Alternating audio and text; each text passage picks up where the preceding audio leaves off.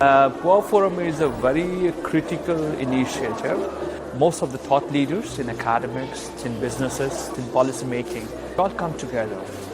We need forums like this. I think it has tremendous importance for all of us. The gathering of business executives and policymakers from around the region and around the world is an opportunity to understand what's happening in different markets and to identify our shared challenges and, of course, to then come up with some collaborative solutions.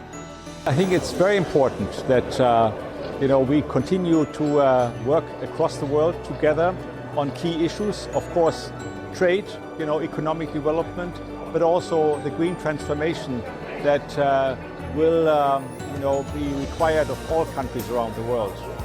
And clearly China and Asia play a very important role in this development.